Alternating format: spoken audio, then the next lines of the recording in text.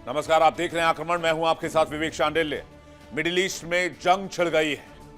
Israel America के हमले में ईरान के सुप्रीम लीडर खामेनेई मारे जा चुके हैं, जिसके बाद खाड़ी देशों में जंग भड़की हुई है। ईरान अमेरिका के हर एक दोस्त से बदला ले रहा है। इजराइल और अमेरिका ने पिछले 24 घंटे में ईरान पर 1200 से ज्यादा बम गिराए। इजरायली वायुसेना ने इसकी जानकारी दी है। खामेनेई के ऑफिस कॉम्प्लेक्स पर शनिवार को 30 मिसाइलों से हमला हुआ था। हमले में उनकी बेटी, दामाद, बहू और पोती समेत कॉम्प्लेक्स में मौजूद 40 कमांडर्स भी मारे गए। हमले के समय खामेनेई कमांडर्स के साथ मीटिंग कर रहे थे। इधर ईरानी सेना ने कहा कि वो सबसे खतरनाक अभियान की शुरुआत करने जा रहे हैं। ईरान ने इजराइल समेत मिडिल ईस्ट के कई देशों में हमले शुरू कर दिए हैं और ये जंग बहुत बड़ी होती जा रही है। इस बीच एक बड़ी खबर आ रही है, उसका रुख कर लेते हैं। इजराइल के बेत शेमेश में ईरान ने हमला कर दिया है। इजराइल के बेत शेमेश में हमला हुआ है। हमले में लगभग 6 लोगों के मारे जाने की खबर है। इजराइल के 6 लोगों के मारे जाने की खबर आ रही है। ईरान के मिसाइल को इजरायली डिफेंस फोर्सेस नहीं रोक पाई। वहां का आयरन डोम ईरान के मिसाइल को नहीं रोक पाया। बेत शेमेश में बड़ा अटैक हुआ है।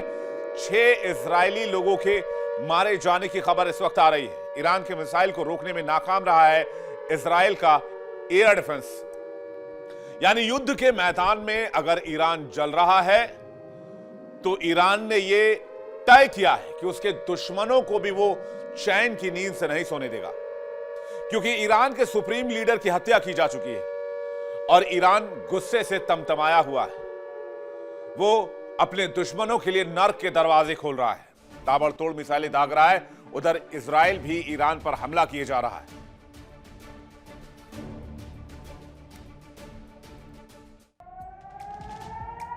शुक्रवार तक ईरान अमेरिका में परमाणु समेत कई मुद्दों पर शांति वार्ता चल रही थी। शांति वार्ता के समय कोई ठोस रणनीति नहीं बन पाई। फिर अचानक से शनिवार को हमले की खबर सामने आई। इजराइल के पीएम नेतन्याहू ने कहा कि ईरान के टॉप लीडरशिप को खत्म कर दिया गया है।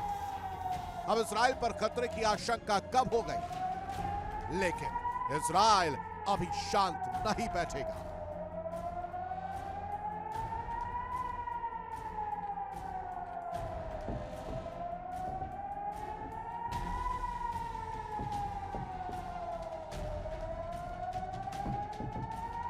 उधर अमेरिकी राष्ट्रपति ट्रंप ने कहा कि अमेरिका ने ईरान के लोगों के लिए सुनहरा अवसर दे दिया।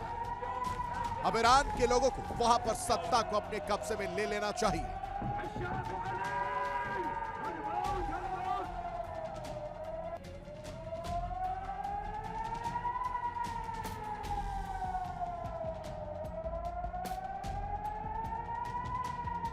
खामेनेई की मौत की खबर के बाद ईरान पलटवार के मूड में आ गया है। ईरान ने एक साथ 8 से ज्यादा देशों पर बमबारी की। ईरान ने कहा कि हम कुछ ऐसा करेंगे कि अमेरिका और इजराइल घुटने पर आकर पछताएगा।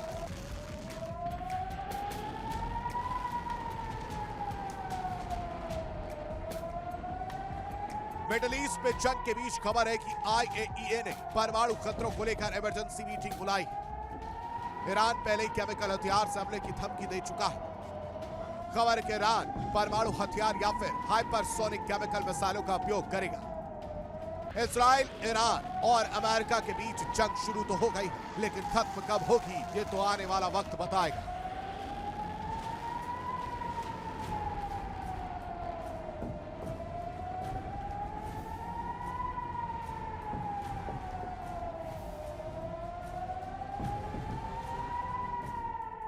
यूं कहें तो विश्व युद्ध की शुरुआत तो हो गई है, लेकिन इस युद्ध की जद में क्या क्या आएगा ये देखने लायक होगा। साफ है कि जंग में कोई देश नहीं बल्कि मानवता हारेगी। नुकसान दोनों ओर से होगा।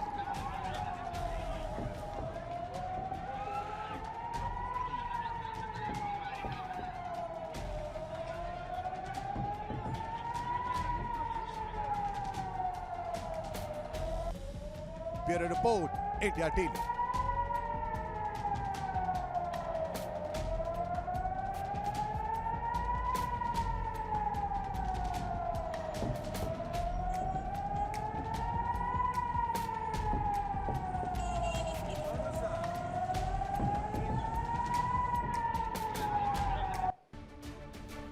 स्ट्रेट ऑफ हॉर्मुज में ऑयल टैंकर पर बड़ा हमला हुआ है, बड़ी खबर आ रही है। ब्रेकिंग न्यूज आपको बता देते हैं, ईरान ने ऑयल टैंकर को निशाना बनाया। ये ऑयल टैंकर अमेरिकी विमानों के लिए ऑयल रिफ्यूलर था जिसको निशाना बनाया है और ईरान ने इस ऑयल टैंकर को उड़ा दिया है जो अमेरिकी शिप्स के लिए ऑयल लेकर जा रहा था।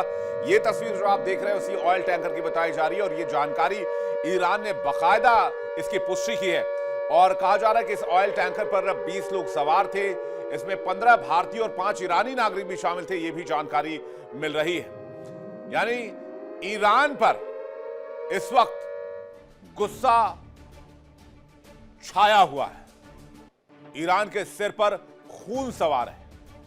वो पूरी दुनिया से, खास करके वो देश जो अमेरिका के साथ है, उनसे किसी भी कीमत पर बदला चाहता है क्योंकि इजराइल ने अमेरिका के साथ मिलकर खामिनेई का चैप्टर क्लोज कर दिया।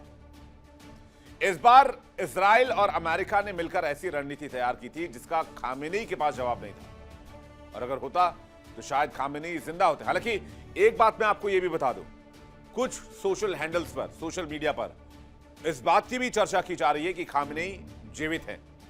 लेकिन चलिए देखते हैं अमेरिका ने कैसे तैयारी की और कैसे जो है इस पूरे एक्शन को बदला। ट्रंप और नेतन्याहू ने बदला कैसे लिया। ईरान के सुप्रीम लीडर खामिनेई को टारगेट किया गया, ट्रैक किया गया और फिर असैसिनेशन की खबर आई कि खामिनेई की असैसिनेशन के पीछे अमेरिका, इजराइल लगे हुए हैं। यह बात हमने भी आपको वर्ल्ड नाउ में और इसके अलावा इंडिया डेली पर लगातार बताई थी। ट्रंप के बाद ईरानी मीडिया ने भी इस बात की पुष्टि की है कि खामिनेई की मृत्यु हो चुकी है और 40 दिन के शोक का ऐलान बाकायदा ईरान में कर दिया गया है। इसके अलावा यूएस इजराइल के पहले हमले में मौत का दावा किया जा रहा था। हालांकि यह पहली बार नहीं है जब खामिनेई के मारे जाने की खबर है, यह भी मैं आपको बता दूं। लेकिन शनिवार को खामिनेई के ऑफिस के पास बहुत बड़ा धमाका हुआ था। यह दरअसल आर्मी हेडक्वार्टर था, आईआरजीसी का हेडक्वार्टर था जहां पर यह बहुत बड़ा अटैक हुआ और वहीं पर खामिनेई अपने परिवार के साथ थे, लेकिन मुश्तबा खामिनेई वहां पर नहीं थे। शनिवार को तेहरान में कई धमाके हुए थे एक साथ और उन्हीं धमाकों के बाद खामिनेई के मारे जाने की खबर आई। तो कुल मिलाकर अगर देखा जाए तो इजराइल ने अमेरिका के साथ मिलकर खामिनेई का चैप्टर क्लोज कर दिया। इस बार इजराइल और अमेरिका ने मिलकर ऐसी रणनीति तैयार की थी जिसका जवाब तेहरान के पास नहीं था।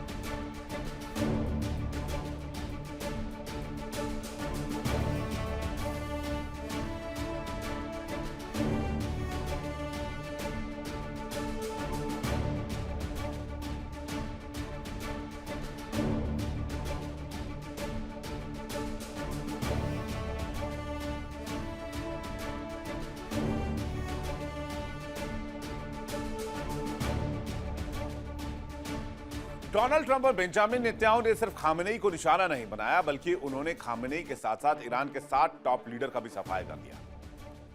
ईरान के 7 टॉप लीडर जो मारे गए हैं उसमें पहला नाम अजीज नासिर जादेह का है। आइए देखते हैं और वो कौन से वो लीडर्स हैं जिनको निशाने पर लिया गया है। ये हैं सैफुल्लाह खालिद जो कि रक्षा मंत्री थे, मोहम्मद पाकपुर आईआरजीसी के कमांडर इन चीफ यानी कि आर्मी चीफ, अली शमखानी खामिनेई के सबसे भरोसेमंद सलाहकार, ये एनएसए भी थे, मोहम्मद शिराजी खामिनेई के सैन्य ब्यूरो के रणनीतिकार, साले अजदी खुफिया तंत्र के मास्टरमाइंड, ये भी खामिनेई के बड़े करीबी हुआ करते थे, हुसैन जबल अमेलियन, इसके अलावा रेजा मुजाफरी निया जो कि एसपीएनडी के पूर्व अध्यक्ष भी रहे थे। तो ये वो लीडरशिप है जो खामिनेई के इर्द गिर्द आ करती थी। खामिनेई के सबसे भरोसेमंद लोग ये हुआ करते थे, इनका भी सफाया अमेरिका ने कर दिया है। अब हमले की टाइमलाइन भी देख लीजिए। इजराइल में आज सुबह एयर रेड के सायरन बजे, तकरीबन 11:45 की यह बात है। ये उसके बाद ये कल की हालांकि बता दें आपको, नागरिकों को शेल्टर होम में भेजने को कहा गया। ये जब कल ईरान पर अटैक होना था उसका टाइमलाइन हम आपको बता रहे हैं। इजराइल के रक्षा मंत्री ने इमरजेंसी का ऐलान किया था कल दोपहर में लगभग 11:45 पर। फिर 11:57 पर तेहरान के कई इलाकों में धमाके शुरू हुए क्योंकि इजराइल ने ईरान पर अटैक शुरू कर दिया। ईरानी सेना के कमांड सेंटर पर भी बहुत बड़ा हमला हुआ था इसी समय में। इसी तरह से न्यूक्लियर साइट्स पर भी अटैक किया गया, यह भी जानकारी मिली। तकरीबन अभी तक 1200 बॉम्ब गिराए जा चुके हैं ईरान पर, जो जानकारी है इस वक्त उसके हिसाब से। तो क्या ये जो लड़ाई है खामनेई के जाने के बाद खत्म हो गई, इसे खत्म मान लिया जाए, या आईआरजीसी और जो अब लीडरशिप है तेहरान में, ईरान में, उसका अगला कदम क्या होगा? बातचीत करने के लिए मेहमानों का एक बड़ा पैनल इस वक्त हमारे साथ जुड़ रहा है। हमारे साथ कैप्टन आशा शिंदे इस वक्त जुड़ रही हैं। बहुत स्वागत है आपका। डीके गुप्ता विदेश मामलों की जानकार हमारे साथ जुड़ रही हैं। बहुत स्वागत है आपका। मल्लिका पांडे विदेश मामलों की जानकार, मोहम्मद हुसैन सूरतवाला, प्रोफेसर अल मुस्तफा अंतर्राष्ट्रीय विश्वविद्यालय ईरान, जहांगीर कुल्हड़ू भू राजनीतिक विश्लेषक हमारे साथ जुड़ रहे हैं। आप सभी लोगों का बहुत बहुत स्वागत है। सबसे पहला सवाल मेरा डीके गुप्ता जी से है। डीके गुप्ता जी, अब व्हाट नेक्स्ट, क्या देख रहे हैं? तेहरान क्या शांत बैठ जाएगा या फिर तेहरान और आगे बढ़ेगा? क्योंकि तेहरान के अंदर के हालात भी ठीक नहीं है।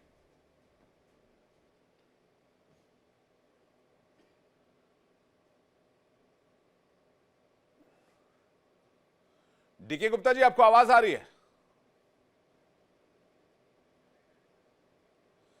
आशा शिंदे जी के पास इस वक्त मैं रुख करना चाहूंगा।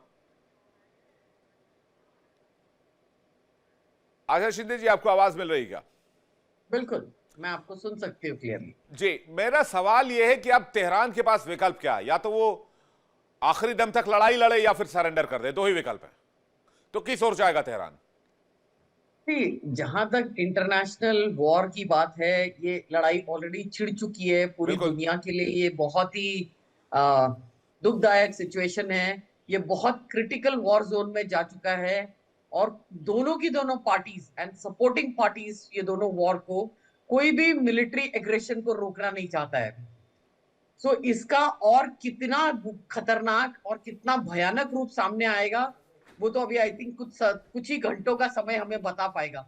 अगर 2 दिन के अंदर इतना नुकसान हो चुका है, जैसे 1200 बॉम्ब गिराए जा चुके हैं ईरान के ऊपर, तो उसकी की पूरी सिविलियन पॉपुलेशन भी डैमेज हो चुकी होगी, पूरा मिलिट्री बेस डैमेज हो चुका होगा। लेकिन जिस तरह से ईरान ने खेमेनी की मौत के बाद जो बोला है कि वो बदला तो जरूर लेंगे, और वो ऑलरेडी अपने गुस्से को जाहिर कर चुका है अलग तरीके से। आई थिंक ये बहुत ही सैड सिचुएशन में जा रहा है पूरा का पूरा, और पूरी दुनिया देखना चाहती है, देख रही है अभी कि ये किस तरह से कितने खतरनाक रुख की तरफ मुड़ता है। नहीं, लेकिन तेहरान के पास क्या है? ऐसी कैपेसिटी, ऐसा फायर पावर है कि वो मिडिल ईस्ट के सारे देश इंक्लूडिंग इजराइल, जो कि वहां पर अलग से मौजूद है, और अमेरिका की ताकत वहां पर मौजूद है, वो अकेले लोहा ले और लंबे समय तक जंग लड़े? कोई भी लड़ाई में कोई देश अकेला नहीं लड़ता। हाँ। सो ईरान के सपोर्टर्स जो हैं वो भी बैकग्राउंड में जरूर सपोर्ट करेंगे, जैसे इजराइल को अमेरिका सपोर्ट कर रहा है। सो ऐसा हो नहीं सकता कि ईरान अकेला लड़ रहा है। उसकी सपोर्टिंग कंट्रीज उसको जरूर सपोर्ट करेगी, क्योंकि जब तक दोनों पार्टी स्ट्रांग नहीं होती, लड़ाई का मैदान संभालना मुश्किल होता है। मतलब आप कह रहे हैं रशिया और चाइना में यहाँ पे की एंट्री है, वो वहां से भी वेपन्स और बाकी चीजें आएंगे, और क्योंकि इंटेल्स तो आएंगे, चाइना इंटेल्स लगातार ईरान को दे रहा है। बिल्कुल। सो लड़ाई अकेले दो देशों की नहीं होती। उनकी सपोर्टिंग कंट्रीज उनकी बैकबोन बनकर उनका सहारा देती है, और लड़ाई के लिए गोला बारूद भी सप्लाई करती है। तो ये चलेगी, ये जंग थोड़े और समय तक चलेगी। अमेरिका क्या करेगा? अमेरिका क्या वापस चला जाएगा? उसका टारगेट था, उसने खामेनेई को असैसिनेट कर दिया।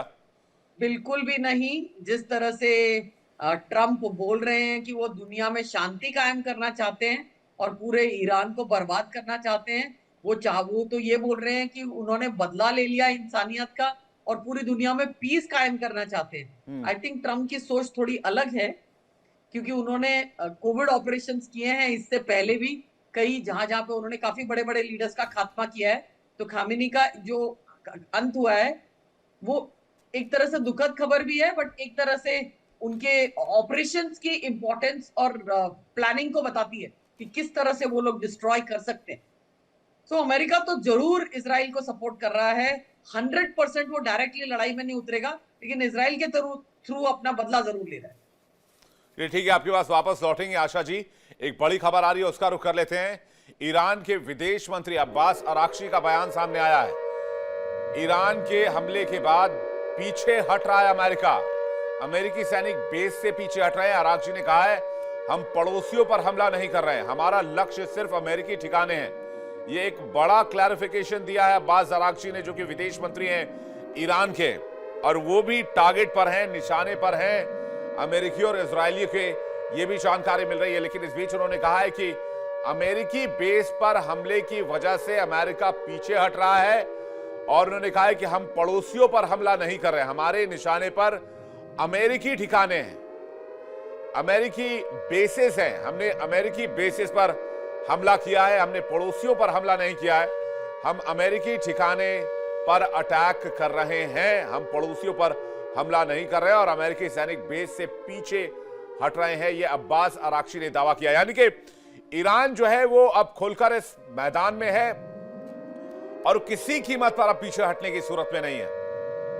और इस वक्त मोहम्मद हुसैन सूरत वाला भी हमारे साथ जुड़ गए हैं। हुसैन साहब, बहुत जरूरी सवाल, क्या ईरान में सुप्रीम लीडर के जाने के बाद अब मामला बंद हो जाएगा, चैप्टर क्लोज हो जाएगा, अमेरिका का ऑपरेशन पूरा हो जाएगा, तेहरान शांत बैठ जाएगा, या फिर पूरा मिडिल ईस्ट जलेगा?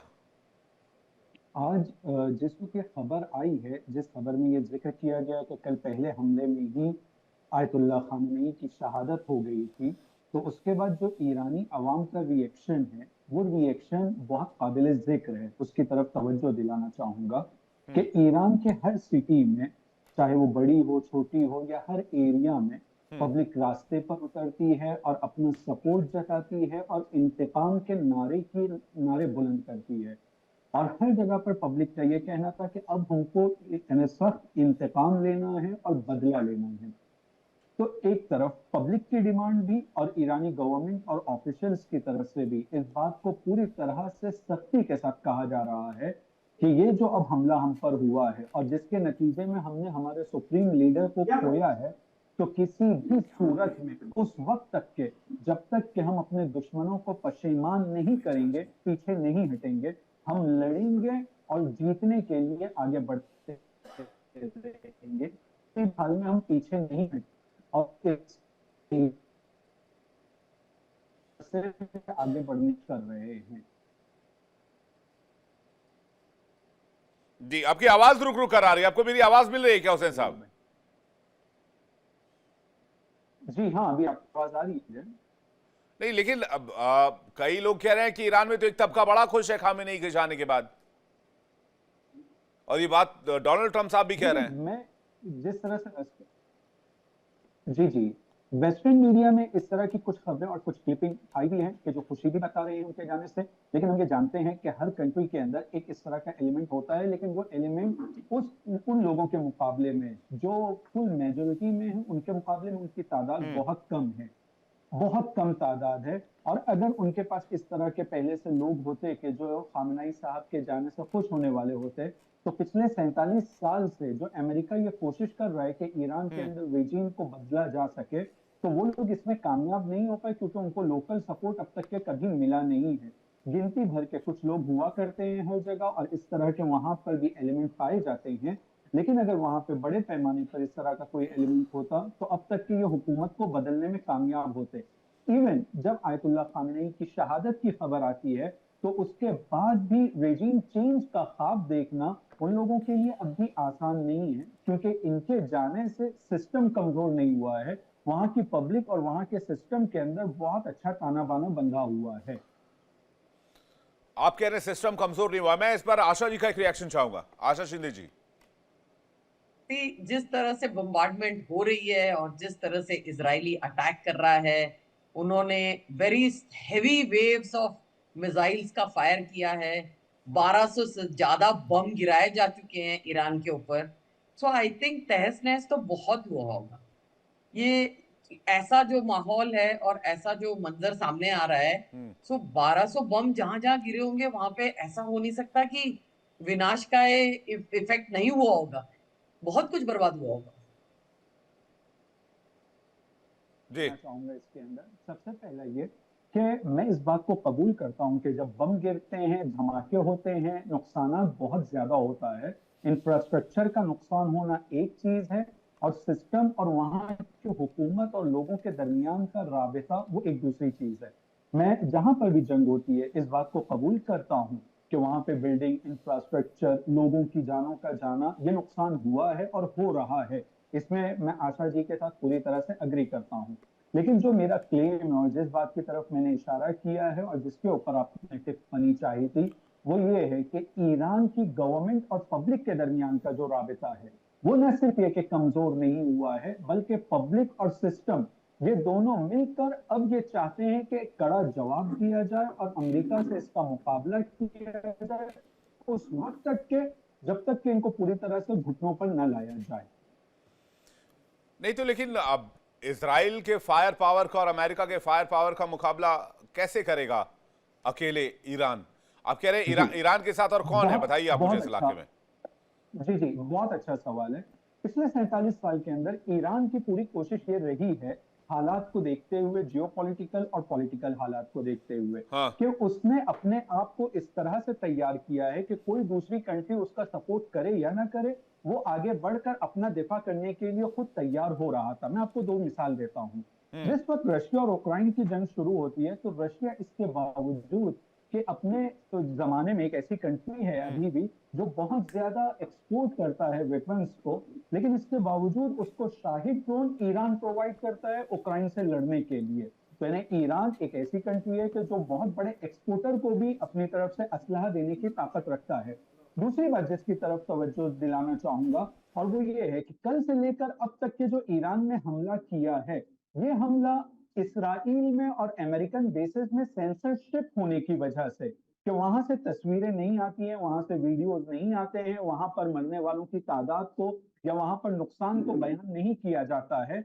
वहां चूंकि बयान नहीं किया जाता है तो हम लोग के सामने वो वीडियोस नहीं आ रही हैं। लेकिन ऐसा नहीं है कि ईरान का अटैक घातक नहीं था और दर्दनाक नहीं था। ईरान ने जो बहरीन में अटैक किया है, जो कतर पे अटैक किया है, कतर जब मैं कह रहा हूँ या बहरीन जब मैं कह रहा हूँ, तो अमेरिकन बेस पर अटैक। कल शाम में ईरान के फॉरेन मिनिस्टर ने इन सब कंट्रीज को कॉल किया था और इनके फॉरेन मिनिस्टर के साथ बात भी की है और बात करके उनको भी ये बताया है कि ये जो हम हमला कर रहे हैं आपकी जमीन पर नहीं है बल्कि उस नहीं, वो विदेश मंत्री का बयान अभी आ गया ना, विदेश मंत्री ने कह दिया है। मैं सीधे डीके गुप्ता जी हमारे साथ जुड़ गए हैं, कल्होड़ो जी हमारे साथ जुड़ गए हैं और मल्लिका पांडे भी हमारे साथ जुड़ गई हैं। डीके गुप्ता जी, आपका रिएक्शन आगे कैसे देख रहे हैं आप, इससे क्या होने वाला है मिडिल ईस्ट में? जी, मैं श्री हुसैन की बातों पर जरा टिप्पणी करना चाहूंगा कि हाँ। अभी चाह रहे थे 47 साल से ईरान पर अमेरिका कब्जा करना चाहता। अब देखिए कि बिल क्लिंटन से लेकर जॉर्ज बुश से लेकर बिल क्लिंटन और बराक ओबामा, इन सभी लोगों ने एक, अगर मैं अपनी भाषा में कहूं, अपीजिंग पॉलिटिक्स की मिडिल ईस्ट के अंदर, वो सबको बैलेंस करके चाहते थे। वो स्ट्रेट फॉरवर्ड नहीं। आप ट्रंप का 5 साल का टेन्योर देखिए। Trump is straight forward on everything. 1.5 lakh लोगों को रिफ्यूजी को बुलाया जाता था अमेरिका में, उसने 7,500 कर दिया। बोला कोई नहीं, और ओनली क्रिश्चियंस आएंगे, रिफ्यूजी बनेंगे। ईरान ने अमेरिका ने कनाडा को एक बार में हटा के फेंक दिया। बोला मैं नहीं तुमको दूंगा इतना सब्सिडी $200 बिलियन की, तुम्हारे पास 37% का टैक्स लगेगा। मैक्सिको को साइड में कर दिया। अब समझिए स्ट्रेट फॉरवर्ड। और उसने हमास 20 इयर्स के लिए फिलिस्तीन के साथ रखे एक पॉलिटिकल पार्टी के रूप में काम कर रहा था, उसको इतनी तवज्जो थी। ट्रंप ने बोला एक बार में हमास को खत्म करो, और हमास का क्या बुरा हाल हुआ आप देख सकते हैं। पूरी मतलब वो स्ट्रेट फॉरवर्ड इजराइल के साथ आ गया। बोला कि नहीं, जो आर या पार, तो एक स्ट्रेट फॉरवर्ड नेता होता है, एक सबको मिला के कोशिश करता चलने, लेकिन जो करना है सो कर देना है। और यही कारण है कि ईरान को पिछले 12 महीने से ईरान को इंगेज किए हुए है। और चूंकि Iran is a bigger power, Iran एक ऐसा पावर है जो कि बिगर पावर है, और नॉट ओनली बिकॉज कि इस मिसाइल ज्यादा है। 3-4 हजार मिसाइल बहुत ज्यादा मिसाइल्स नहीं होती हैं, लेकिन वो टेरेन ऐसा है कि अमेरिका उसमें इंगेज नहीं होना चाहेगा, उस रण क्षेत्र में इंगेज नहीं होना चाहेगा, अफगानिस्तान में इंगेज नहीं होना चाहेगा, क्योंकि पहाड़ी एरिया है, गुरिल्ला वार फेयर चलता है वहां पे। इसलिए उसने धीरे धीरे धीरे धीरे जिस तरह से अजगर किसी को तोड़ता है, अमेरिका ने कोशिश किया। 12 दिन की युद्ध के अंदर पहले 7-8 ईयर्स के इन्वेस्टमेंट आपका कर दिया पीछे। वो उसके बाद दोबारा जो है उसने मिडिल ईस्ट में सबसे पहले सीरिया को कब्जा किया। सीरिया जो आपका सबसे अच्छा दोस्त ईरान का हुआ करता था, उसको कब्जा किया। उसके बाद सारे जो आपके एक्सिस ऑफ रेसिस्टेंस है उनको डाउन किया। डाउन करने के बाद पाकिस्तान बॉर्डर पे अफगानिस्तान को एंगेज किया, जिसने कि 15 तारीख को बयान दिया था कि मैं तालिबान के सपोर्ट करूंगा। तो इस तरफ सारे तरफ से एंगेज करके आज जो है वो और आपको भी एंगेज किया वहां पे। मैं अगर मैं गलत नहीं हूं तो जो मेरी थ्योरी कह रही है कि जिस तरह से 15 दिन का डेवलपमेंट हुआ है ईरान का, कि जो ईरान ये बोलता था कि मैं कभी भी कोई परमाणु मसले पर कोई समझौता नहीं करूंगा, वो पिछले 5-6 दिन से मुझे ऐसा लग रहा था कि रिक्वेस्ट कर रहा था कि खुमैनी साहब फतवा जारी कर रहे हैं और आपके राष्ट्रपति मसूद कह रहे हैं कि नहीं हम किसी भी शर्तों पे जांच कराने के तैयार हैं। मतलब अंदर बातें इतनी प्रेशर थी कि वो एक्सेप्ट करते गए। लेकिन अमेरिका का मुझे लगता है जहां तक डिमांड बिल्कुल क्लियर था कि रेजिम को हटाओ, रेजिम चेंज करो। हो सकता है कि उनको खुमैनी को मारने का नहीं रहा हो, लेकिन रेजिम चेंज कराओ। ये बिल्कुल जो इंस्टीट्यूशन ऑफ स्कूल है, जो थॉट ऑफ स्कूल है, उसको चेंज करो, जिसपे मुझे लगता है कि बातचीत बन नहीं पा रही थी। और उस तरह से एंगेज करते हुए इस 15 दिन के अंदर अच्छे से लॉक किया। लॉक करके अमेरिका ने ईरान में अपने एजेंसी की वजह से कहां पे किसकी मूवमेंट है, और उसने खामेनेई को मारकर अमेरिका ने, आपने कहा कि रिजीम चेंज एक मकसद था, लेकिन क्या खामेनेई को मार के अमेरिका ने कोई गलती कर दी, या खामेनेई को नहीं मारना चाहिए था? क्योंकि जो एंटी रिजीम सेंटिमेंट की बात हो रही थी ईरान के अंदर, वो एंटी रिजीम सेंटिमेंट भी अप डाउन होगा, क्योंकि प्रो खामेनेई सेंटिमेंट इस वक्त हावी होगा ईरान के अंदर, और इसका नुकसान। हाँ, डीके गुप्ता जी कुछ कहना चाह रहे हैं, फिर मैं जहांगीर जी और मलिका आपके पास आ रहा हूं। डीके गुप्ता जी जी, देखिए जी, अगर एक्चुअली मैं जो रीड कर पा रहा हूं न्यूज़पेपर के थ्रू कर पा रहा हूं, अराउंड 70% या 60 to 70% में कहीं न कहीं वहां पे जो खासकर जो रूरल एरिया में लोग रहते हैं, जो मिडिल क्लास और अपर मिडिल क्लास नहीं है, वो ज्यादातर खमैनी रेडिकलिज्म किसको पकड़ता है, चाहे बांग्लादेश हो, चाहे पाकिस्तान हो, चाहे कहां पे, जहां पे ज्यादा गरीबी है या जो कम पढ़े लिखे लोग हो, तो उन पे ज्यादा इंपैक्ट करता है। तो ये जो पोर्शन था वो अराउंड 60-70% है ईरान के अंदर, और उसपे खमैनी का एक जो है प्रभाव था, और रेडिकलिज्म का प्रभाव था। तो यहाँ पे जो अमेरिका का एक जो थिंक टैंक था, वो ये समझता था कि अगर मैं रेजिम चेंज भी कर देता हूँ, लेकिन खमैनी को अगर चेंज नहीं करता हूँ, तो वो कहीं ना कहीं हमको क्रिएट करते रहेंगे problem, and that is the main cause. Eliminate ही कर दिया, और वो प्लानिंग के साथ किया है। नहीं, लेकिन इसमें पाकिस्तान की स्थिति बड़ी वैसी वाली हो गई है, आगे कुआं पीछे खाई, करें तो करेगा, जाए तो जाए कहां। जहांगीर साहब ही सब बता पाएंगे पाकिस्तान की पोजीशन क्या। आज तो अमेरिकी जो फोर्सेस हैं, जो कॉन्सुलेट के अंदर वहां रहती हैं, उनकी फायरिंग में 10-12 पाकिस्तानियों की जान चली गई है। आवाम बिल्कुल खुश नहीं है ईरान पर अटैक से, लेकिन शहबाज शरीफ और आसिम मुनीर की मजबूरी है, क्योंकि वो दोस्ती कबूल कर चुके हैं डोनाल्ड ट्रंप की, और वो व्हाइट हाउस भी जा चुके हैं। तो बहुत उहापोह वाली स्थिति है। जहांगीर साहब आपके लिए। विवेक, सबसे पहले तो सब इंडिया डेली को देखने वालों को मेरी तरफ से सलाम। और जो ईरान के शोधा हैं, आयतुल्लाह खुमैनी से लेके दूसरे सारे जो है शोधा हैं या जख्मी हैं, उनको अल्लाह जो है जन्नत में जगह दे। मेरी हमदर्दी उन सब के साथ है। अच्छा, मैं आपको बताऊं कि हुआ क्या है। पाकिस्तान, ना कि सिर्फ पाकिस्तान बल्कि इंडिया के जो है ना, अभी मैं कुछ क्लिप्स देख रहा था, बल्कि ऑल ओवर दी वर्ल्ड जो है, जो भी खुमैनी से मोहब्बत करने वाले लोग हैं, चाहे वो सुन्नी हो, शिया हो, मुस्लिम हो, हिंदू, वो अपने जज्बात पे कंट्रोल नहीं कर पा रहे। और जिसका जो है आवाज़ें अपने प्रोग्राम में इशारा दे रहे हैं, कराची एम्बेसी का, या लाहौर में अभी कुछ मैं देख रहा था, वहाँ पे भी डेवलपमेंट हुई है। इवन दो कि हमने जो है हमारे इंटीरियर मिनिस्टर ने उनको पहले ही जो है कह दिया था कि भाई हम इसमें के खिलाफ हैं, जो ईरान के खिलाफ एक्शन हुआ है इजराइल का या अमेरिका का। लेकिन उसके बाद भी ये मामला, क्योंकि लोगों के जज्बात हैं, तो उस पर कंट्रोल नहीं किया जा सकता। अच्छा, मैं दूसरी चीज़ बताता चलूँ कि देखें, जैसे ये डेवलपमेंट हुई है खित्ते में, आज की नहीं है, आज से कोई 20-25 साल पहले इराक में रिजीम चेंज हुई, सदर सद्दाम की, लीबिया में चेंज हुई। उसके बाद इनका एक ही जो है हाफिज असद बचा था शाम में, उसको किस तरीके से गिराया गया। उसके बाद हिजबुल्लाह जैसी अच्छे गठबंधन को इतने जो है तहरीक को ख़त्म किया गया। उसके बाद हमास के साथ क्या मामला हुए, आपने वो भी देखें। तो उनके पास अभी जो है मिडिल ईस्ट में या सेंट्रल एशिया में, साउथ एशिया में एक ही बंदा बचा था, वो था खमनेई। अल्लाह उनके दर्जात बुलंद फरमाए। तो वो खटक रहा था इजराइल लॉबी को।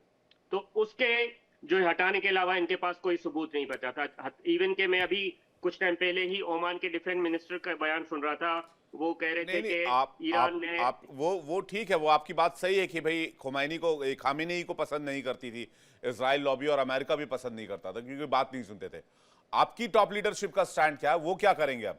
क्योंकि आपकी आवाम तो बहुत गुस्से में है, लोग बहुत गुस्से में, लेकिन शहबाज शरीफ और डोनाल्ड ट्रंप की दोस्ती और असीम मुनीर और डोनाल्ड ट्रंप की जो दोस्ती है वो तो मजबूरी हो गई ना आप लोगों के लिए, फिर आपकी लीडरशिप के लिए। मैं ये पूछ रहा हूं आपसे। सर, हमारे स्टेट की पॉलिसी, विवेक भाई मैं आपको बता दूं, हमारी स्टेट की पॉलिसी पहले दिन से ही, from the day of the foundation of the Pakistan, ये है कि हम इजराइल के कब्जे को भी नहीं मानते और इजराइल के किसी भी ऐसी जेनोसाइड को हम नहीं मानते जैसे इन्होंने गजा में की। आपने तो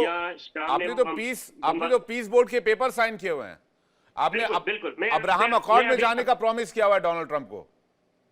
सर मैं उसी पे आता हूँ। देखें, वहीं पे अगर बोर्ड ऑफ पीस में हमारी वो जाने की हुई थी, तो वहीं जो इंडिया में एम्बेसडर इजराइल के उनकी तरफ से पहली स्टेटमेंट मेरे ख्याल से 13 जनवरी या 17 जनवरी को आई थी कि हम किसी भी सूरत में पाकिस्तान को गजा में घुसने नहीं देंगे, क्योंकि हमारे सॉवरेनिटी के लिए सबसे खतरा जो है एक तुर्किया है, एक पाकिस्तान है।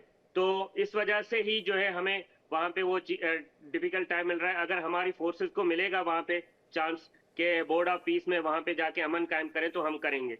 हम अपने मुसलमान भाइयों के साथ खड़े हुए हैं, इस दुख की घड़ी में हम ईरान के साथ खड़े हुए हैं, और हम इजराइल के इस हमले को आप बहुत कंफ्यूज नजर आ रहे हैं, माफ कीजिएगा मैं आपको बीच में ठोक रहा हूं, आपका रिजीम बहुत कंफ्यूज नजर आ रहा है। मैं एक जल्दी से, चूंकि मुझे बताया गया है कि सूरत वाला जी जाने वाले हैं, उनका एक रिएक्शन जहांगीर जी के बयान पर, फिर मैं मलिका आपके पास आ रहा हूं। जी, आवाज आपकी विवेक भाई, किसके बयान पर? सॉरी, ये जहांगीर कलोड़ो जो पाकिस्तान से सीनियर जर्नलिस्ट हमारे साथ बैठे हुए हैं, वो कह रहे हैं कि हमारी लीडरशिप का क्लियर है मामला, बिल्कुल हम ईरान के साथ खड़े हैं, लेकिन लीडरशिप तो अमेरिका के साथ खड़ा है। बिल्कुल, मैं यानी इस चीज के बारे में कि इनकी लीडरशिप और इनकी आवाम में जिस तरह का भी लेकिन एक पॉइंट जो कहूंगा और जो मुझे लगता है बहुत इंपॉर्टेंट है, पिछले 2 साल में 7 अक्टूबर से लेकर अब तक के, ये सही है कि जंग की वजह से हिजबुल्लाह, हमास और दूसरे लोगों को नुकसान पहुंचा है, लेकिन जिस तरह की बर्बरता और हमला किया इसराइल ने हमास के ऊपर, गजा के ऊपर, या लुबनान के अंदर अगर आपको याद हो पेजर अटैक और दूसरे सब काम, तो किसी भी अगर दुनिया के इंसाफ पसंद लोगों के सामने इस बात को रखा जाए तो 2 चीजें सामने आएंगी।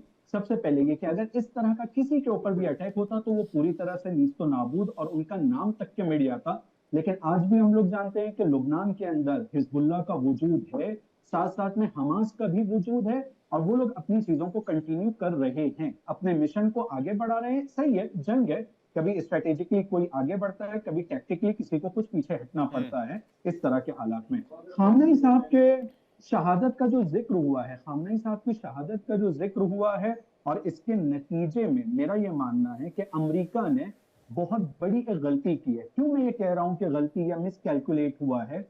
जून के अंदर जब 12 दिन की जंग खत्म हुई थी, उसके बाद से लेकर अब तक के लगातार अमेरिका, यानी कल से पहले तक के भी अमेरिका और इसराइल ये कहते जा रहे हैं कि हम ईरान पर हमला करेंगे, ईरान को आखिरी वार्निंग दे रहे हैं, और इस तरह से वो पोर्ट्रे करना चाह रहे थे कि वो ताकतवर हैं और हमला कर सकते हैं। लेकिन ईरान ने बहुत अच्छे तरीके से कूटनीति को इंपॉर्टेंट दिया, टेबल के ऊपर अमेरिका को अपनी कंडीशंस के ऊपर बुलाया, बैठा। फिर दूसरी मर्तबा जैसे जून में एक बार हुआ, और इस बार फिर एक मर्तबा फिर वो लोगों ने उस टेबल के ऊपर के जहां मीटिंग हो रही थी, बातचीत हो रही थी, उसको तोड़कर हमला किया। पूरी दुनिया ने अपनी आंखों से देखा है कि बातचीत करने के दरमियान में हमला किसने किया है। तो जिसने हमला किया है वो बहादुर नहीं है, वो बंदा बड़ा बेवकूफ और बड़ा बेशर्म किस्म का बंदा है। देखिए, एक गुस्सा है पूरे विश्व में, लेकिन भूमिका किस देश की कैसी है वो बहुत मायने रखता है। और मलिका जी से एक रिएक्शन चाहूंगा। मलिका पांडे जी, क्या देख रही हैं इस वॉर का आगे फ्यूचर? क्योंकि ईरान ने तो कह दिया है कि पूरे मिडिल ईस्ट में जहां जहां अमेरिकी बेस है वहां हम हमले जारी रखेंगे। डोनाल्ड ट्रंप ने भी कह दिया है कि युद्ध लंबा चलेगा और हमारे हमले जारी रहेंगे। बिल्कुल विवेक जी, ये देखिए, सबसे पहले तो हमें ये समझने की बात है विवेक जी कि खामेनी केवल एक हेड ऑफ स्टेट नहीं थे, वो एक स्पिरिचुअल लीडर थे। अब उनके इस असैसिनेशन को मार्टिरडम बोल रहे हैं, और रमजान का जो होली मंथ है उसमें इन पर अटैक किया गया है। तो इसको अब ऑल ओवर इंडिया आप देखिए, चाहे हमारा लखनऊ में ऑल इंडिया शिया बोर्ड जो है उसके लीडर हैं, लाल चौक आप श्रीनगर में देखिए, चाहे आप पाकिस्तान में देखिए, कहीं भी देखिए, तो जो जितनी भी शिया कम्युनिटी है, कहीं ना कहीं विवेक जी अब ये रिलीजियस मोड भी हो जाएगा। विवेक जी, जो सबसे ज्यादा टेंशन की इसमें बात है कि इसमें शिया वर्सेस सुन्नी भी एक मोड़ ले सकता है ये पूरा जो अटैक है, क्योंकि देखिए सऊदी अरेबिया और ईरान की कभी भी आपस में बनती नहीं थी। 2023 में चाइना ने इनका एक पीस समझौता करवाया था, क्योंकि इन दोनों का लड़ाई ये थी कि लेबनान में, सीरिया में, इराक में कौन ज्यादा शिया कम्युनिटी पर इन्फ्लुएंस करेगा, कौन सुन्नी कम्युनिटी पर इन्फ्लुएंस करेगा। तो हमेशा इनकी प्रॉक्सी वॉर चलती आई है, जो 2023 में चाइना ने खत्म की है। तो ये फिर से हम देख रहे हैं कि कहीं ना कहीं उस ओर भी जा सकता है। दूसरी चीज विवेक जी देखिए, जो अमेरिका का इस बार अप्रोच रहा है, ईरान की जो रिजीम है, जो आईआरजीसी है, वो हाइड्रा की तरह है। हाइड्रा मतलब जिसका एक सर काटा तो दूसरा उग जाएगा, जो एक मिथिकल क्रिएचर हाइड्रा होता है, बिल्कुल वैसी ही है। तो इतना आसान नहीं होने वाला है। जैसे इराक में इन लोगों ने अटैक किया था, वेनेजुला में अटैक किया था, ईरान इज नॉट वेनेजुला और इराक। ये काफी डिफिकल्ट होने वाला है। इनके पास लॉन्ग रेंज बैलिस्टिक मिसाइल है। इनफैक्ट अगर मैं इसकी लॉन्ग रेंज बैलिस्टिक मिसाइल की बात करूं, तो जो इसराइल में गाड़ी चल रही है उस तक इसकी long range precision missile attack कर सकती है। तो ये युद्ध अभी विराम नहीं होगा, कंटिन्यूस ये अटैक चलेंगे। और इसमें ईरान ने इस बार ये गलती थोड़ी सी ये की है कि इसने गल्फ स्टेट्स पर जो अटैक किया है वो गलत हो गया है, जिसके कारण जो गल्फ स्टेट्स इसको सपोर्ट करती थी, जिन्होंने यूएस को बोल दिया था कि हमारा एयरबेस अब आप यूज नहीं करोगे, जो इसराइल के हमेशा खिलाफ रही है, वो एकजुट होते हुए दिखाई दे रही है अब यूएस के साथ। तो ये एक मिसकैलकुलेटेड मूव इनके एंड से था। बाकी यूएन सिक्योरिटी काउंसिल का भी विवेक जी अगर आप देखें तो उसमें कोई महत्व तो नहीं निकलता है।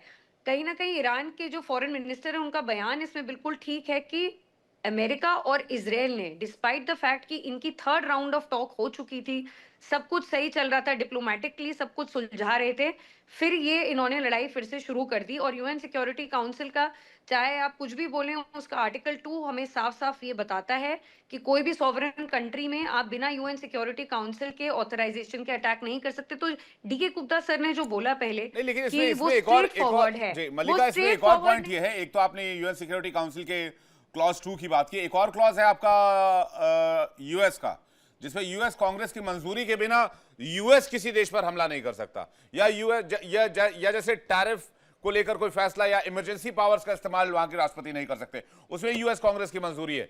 लेकिन डोनाल्ड ट्रंप ने ना यूएस कांग्रेस की मंजूरी ली और ना ही आर्टिकल 2 को फॉलो किया, जो यूएनएससी का आर्टिकल 2 है, जिस पर चाइना ने भी ऐतराज जताया और कहा कि फौरन आपको वॉर रुकना चाहिए। डीके गुप्ता कुछ कहना चाह रहे थे, उसका मैं आशा शिंदे जी आपके पास आ रहा हूं। डीके गुप्ता जी, मैं श्री हुसैन की बात को कहना चाह रहा था कि लेबनान ने आज ही एक स्टेटमेंट जारी किया है कि हम अपने देश की सुरक्षा के लिए हम कहीं पे भी इन्वॉल्व नहीं होंगे। और मैं बता दूं, ईरान की अटैक करने से पहले, उसके पहले 2 बम फोड़ दिए गए थे लेबनान में कि तुम चुप रहोगे, अगर कुछ भी करोगे तो हम तुम्हें पहले मारेंगे। तो लेबनान तो वहां पे चुप, जैसे वो बोल रहे थे हुसैन जी कि लेबनान जो भी है उन मिलकर अटैक कर सकते हैं। रही बात कांग्रेस की, जैसा संडिल साहब आप कह रहे थे, तो वहां पे जो गैंग ऑफ 8 है, उससे ऑन रिकॉर्ड है, परमिशन अमेरिका ने लिया था। और गैंग ऑफ 8 में कौन होता है? डेमोक्रेटिक पार्टी के जो अपोजिशन के लीडर हैं, और दोनों में, हाउस ऑफ रिप्रेजेंटेटिव में और सेनेट में, दोनों को रात को लिखित में सूचना दी गई है और उनको फोन पे भी बताया गया है। और उसके बाद जो इंटेलिजेंस कमेटी के हेड हैं दोनों पार्टी के, सेनेट में और हाउस में, उनको दोनों बताया गया है। और इसीलिए चूंकि इस इमरजेंसीज में कांग्रेस नहीं बुलाई जा सकती, तो वहां पे उन्होंने जो लीडर अपोजिशन है उसको वहां पे बताना पड़ता है, उसको गैंग ऑफ 8 बोलते हैं, उनको बताना ही पड़ता है। हाँ। और उनको बता के फिर अटैक हुआ, जहां तक मैं समझ पा रहा हूं जी। नहीं तो अटैक का ही रास्ता क्यों? बातचीत कर रहे हैं तो बातचीत कर लीजिए, या तो बोल दीजिए बातचीत फेल हो गई। अभी फिर वियना में बातचीत होने वाली है इसी नेक्स्ट वीक, जो नया हफ्ता शुरू होने वाला है। जब नए हफ्ते में बातचीत का प्रस्ताव था, जब बातचीत के 4 दौर हो चुके थे, 5वें दौर की बातचीत होनी थी, या तो बोल देते कैंसिल कर देते, बातचीत नहीं होगी। बातचीत के दरमियान जब ईरान भी कंफर्टेबल था, तभी आपने अटैक शुरू कर दिया।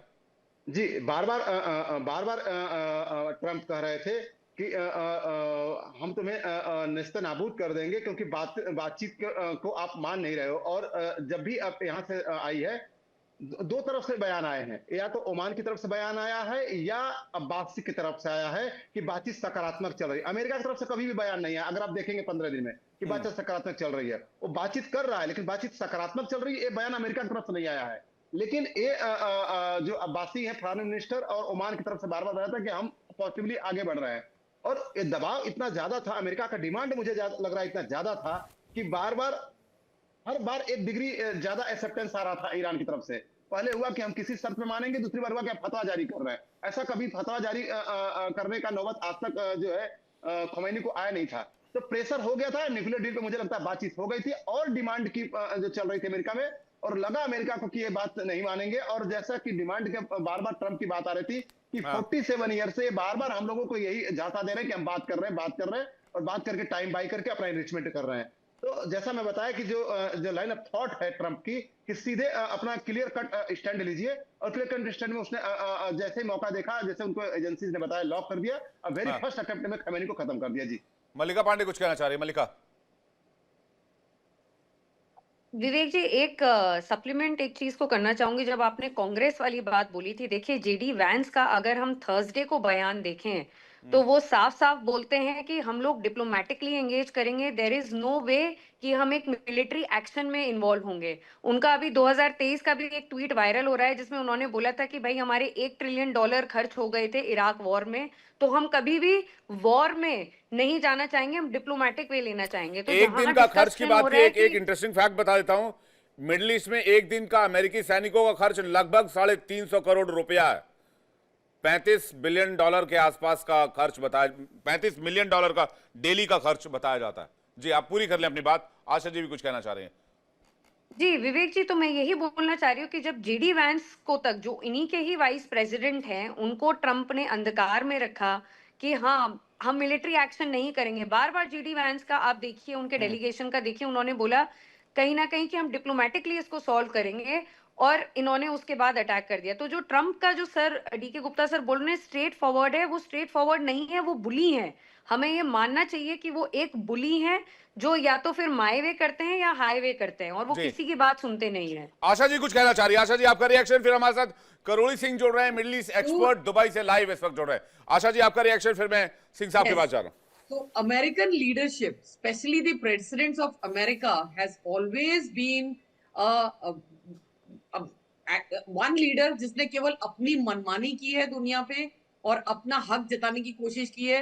हिस्टोरिकल उसमें अगर आप 5 डिकेड का रिकॉर्ड निकालें तो बहुत कुछ सामने आता है कि अमेरिकन लीडर ने अपनी तानाशाही तरीके से काम करने की कोशिश की है। इजराइल को सपोर्ट करते हुए जिस तरह से उन्होंने अभी ईरान पे अटैक किया है, ये बहुत ही गलत हुआ है एक्चुअली।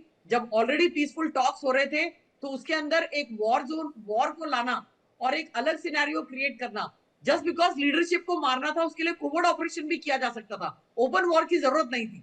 तो ये गलत हो रहा है। ये बहुत इंपॉर्टेंट पॉइंट आपने उठाया। सिंह साहब के पास जा रहा हूं। मिडिल ईस्ट में इस वक्त हालात बहुत तनावपूर्ण है।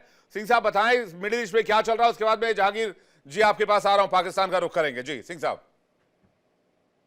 देखिए विवेक, इस समय मैं मिडिल ईस्ट में सऊदी अरब में हूँ, और सऊदी अरब के बारे में अपने इंडियन चैनल्स पे ये आ रहा है कि सऊदी में भी अमेरिकन बेस पे अटैक हुआ है, लेकिन वो बहुत ही माइनर अटैक है, कोई ज़्यादा दिक्कत नहीं है सऊदी अरब में। और इंडियन एम्बेसी ने एक एडवाइजरी जारी कर दी है कि जहाँ भी इंडियन रहते हैं सऊदी में, वो अब जो गाइडलाइंस हैं किंगडम के, यहाँ की सरकार के, उनको फॉलो करें, और जो लोकल अथॉरिटी हैं उनकी एडवाइजरी को फॉलो करें। इंडियन एम्बेसी रियाद में और जेदा में जो इंडियन कॉन्सुलेट है वो नॉर्मल काम कर रहे हैं। तो सऊदी अरब बिल्कुल नॉर्मल है, कोई इम्पेक्ट नहीं है। हाँ, दुबई और यूएई उस एरिया में, बहरीन, वहाँ कुछ दिक्कत है, ऐसा कुछ बता रहे हैं जो अपने मीडिया में भी काफ़ी आ रहा है। और दुबई में और अबू धाबी में कुछ मित्रों से मेरी बातचीत भी हुई, तो वो थोड़ा स्केयर फील कर रहे हैं, लेकिन सऊदी में ऐसी प्रॉब्लम नहीं है। अब इसके बारे में क्या हो सकता है, देखिए अलग अलग देशों का, जो दुनिया के देश हैं, अलग अलग प्रतिक्रिया की है, किसी की एक जैसी प्रतिक्रिया नहीं हुई। लेकिन जो सामान्य प्रतिक्रिया है, जो डोमिनेंट ट्रेंड है दुनिया में, वो ये है कि अमेरिका और इजराइल को ये कहा गया है कि ज्यादा एस्कालेट न करें और यूएन नॉर्म्स को, जो संयुक्त राष्ट्र संघ के नियम है या जो प्रिंसिपल है, सिद्धांतों, उनके तहत काम कीजिए। तो डी एस्कालेशन की अपील आ रही है। पाकिस्तान हमारा पड़ोसी है और पाकिस्तान का मिडिल ईस्ट में भी बड़ा स्टेक है। तो पाकिस्तान ने बहुत ही डबल स्टेटमेंट दिया। उन्होंने दोनों को, ईरान की भी आलोचना की है, कंडेम किया है कैटेगरिकल, और इजराइल और अमेरिका को भी कंडेम किया है। और उन्होंने ईरान को कहा है कि जो ब्रदरली कंट्री हैं आप उनको स्ट्राइक न करें। तो पाकिस्तान का डबल स्टैंडर्ड है, वो उनको भी कंडेम कर रहे हैं, उनको भी कर रहे हैं। और पाकिस्तान में जो विरोध हो रहा है, देखिए पूरी दुनिया में जनमानस है, वो समर्थन में भी है और कुछ विरोध में भी है। दोनों तरह का जनमानस है दुनिया में। न्यूयॉर्क में रैली है, वो अमेरिका की सरकार के और इजराइल के विरोध में है। इसी तरह अमेरिका में दूसरी जगह जो प्रदर्शन हो रहे हैं, जो ईरानी डायस्पोरा है वो कुछ खुशियां भी मना रहा है। ब्रिटेन में भी कुछ ईरानी डायस्पोरा है वो खुशियां मना रहा है, और अपने देश में हो रहा है उसको तो आप कवरेज कर ही रहे हैं। तो अब ये जो कुछ हो रहा है इसको हम किस रूप में देखें, सबसे बड़ी समस्या तो यह है। तो सामान्यतः जो अमेरिका और इजराइल का कहना है कि खुमैनी को मारना या ईरान पे जो ऑपरेशन हमने किए हैं उसके 3 कारण वो बता रहे हैं।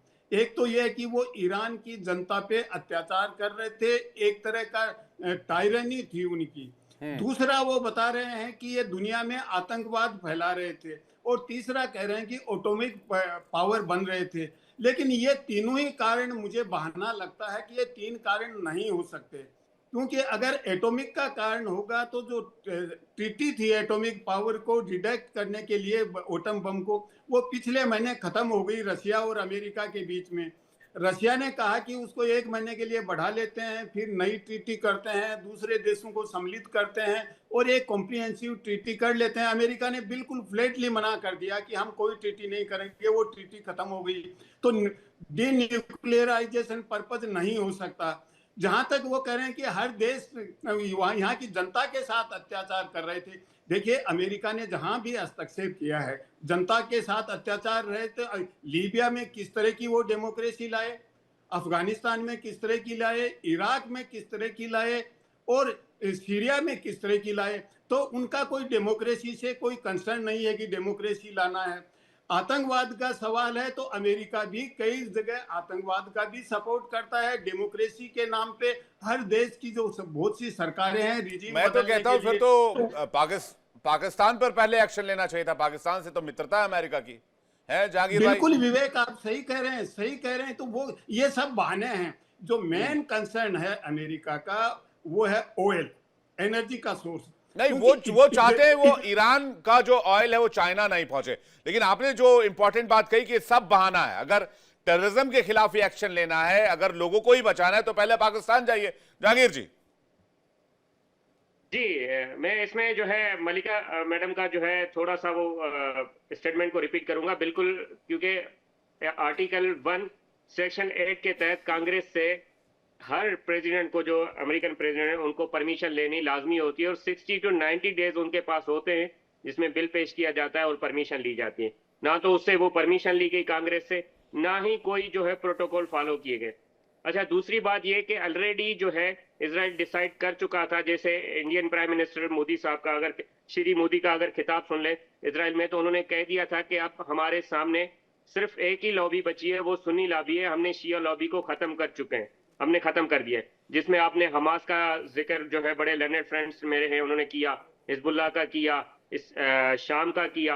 तो उनके पास अब एक ही हर्डल था, वो था खोमेनी साहब, जिसके हटाने के बाद जो है अब जो है मिडिल ईस्ट में हालात बहुत बुरे तरीके से डिस्ट्रॉय हो रहे हैं। उसमें ये नहीं है कि बिल्कुल सर सही फरमा रहे थे कि जैसे अटैक हुए हैं गल्फ कंट्रीज में, वो बिल्कुल ईरान को नहीं करने चाहिए थे, क्योंकि गल्फ कंट्रीज ही काफी हद तक इस मर्तबा अमेरिका को पुशअप कर रहे थे कि हमारा सॉइल यूज नहीं करें ईरान के खिलाफ। तो इन्होंने जो मल्टीपल डायरेक्शन जो है कर दी है अपने वॉर की, बनिस्बत के इजराइल पे जो है डायरेक्ट रखें, लेकिन उन्होंने जो है जैसे ही मिडिल ईस्ट के दूसरी कंट्रीज को अपने निशाने पे बनाए, जिससे जो है काफी नुकसान होगा, ना कि सिर्फ लोगों का फाइनेंशियली नुकसान नहीं होगा, बल्कि लोगों की जानों का भी नुकसान होगा, जिसमें हम सब जो है पड़ोसी ममालिक लपेट में आ सकते हैं। जी, डीके गुप्ता जी क्या कहेंगे इस पर? पाकिस्तान की चिंता लाजमी है? नहीं नहीं, पाकिस्तान का मैं यहाँ पे देखना चाहूंगा, जैसा कि पहले श्री जहांगीर ने कहा था कि पाकिस्तान चूंकि गाजा में इंटर करना चाहता है, अपनी सेना की सहायता करना चाहता है पीस के लिए। लेकिन आप एक जब पहली मीटिंग हुई है, आप देखेंगे बड़ा ही मुझे ऑकवर्ड लगा जब ट्रंप ने बोला शाहबाज खड़े हो जाओ। इट वॉज लाइक मॉनिटर एक खड़ा है, एक स्टूडेंट बोलता खड़े हो जाओ।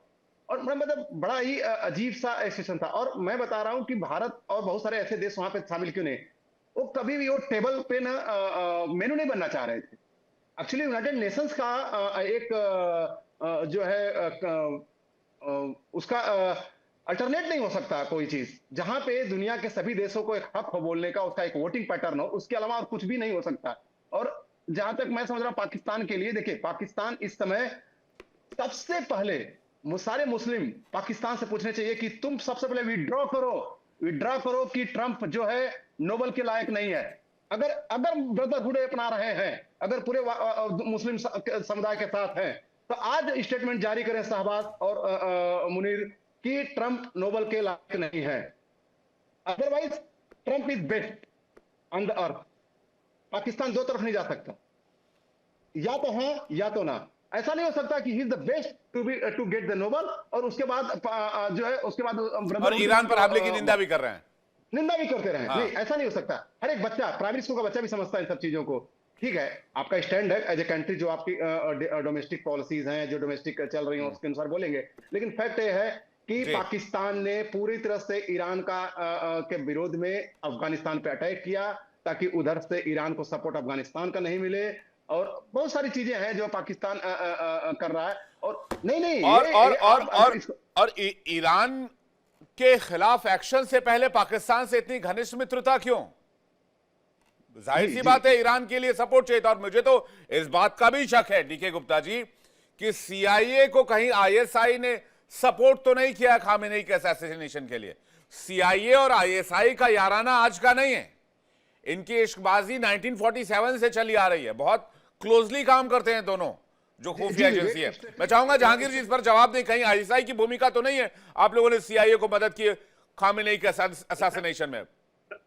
सर, डीके गुप्ता साहब काफी इज्जत लायक है, मेरे लायक, काफी सारी रिसर्च करते हैं और इनकी अच्छी विशेष टिप्पणी होती है। लेकिन मैं इनको थोड़ा सा वो कर दूं, सर आप शायद भूल रहे हैं कि जब श्री मोदी साहब, क्योंकि मैं बड़े प्रोटोकॉल का ख्याल रखता हूं कि मैं माजरत चाहता हूं अगर कोई भी लफ्ज इधर उधर हो जाए, लेकिन श्री मोदी साहब जब वहां खड़े थे तो वो भूल गए थे कि इंडिया की जो पॉलिसी थी प्रो फलस्तीन थी, ना कि प्रो इजराइल। और वहां पे खड़े होके, मंच पे खड़े होके उन्होंने कहा था हम जो है अफगानिस्तान का हर हाल में साथ देंगे। हम मतलब कौन? इजराइल, इंडिया और उनका इलिजिमेट चाइल्ड जो है टीटीपी जो है, वो हम उनको फाइनेंशियल एड भी देते हैं। तो उनसे खामेनेई के असैसिनेशन में आईएसआई का हाथ तो नहीं सीआईए के साथ, मैं ये पूछ रहा हूं। सर विवेक भाई, ये तो ऐसे ही है जैसे ये आपकी स्टेटमेंट ऐसे ही है जैसे इंडियन न्यूज चैनल पे चल रहा है कि F-16 जो है टीटीपी के लड़ाकों ने जो है ना, तालिबान के लड़ाकों ने F-16 गिरा दिया हो।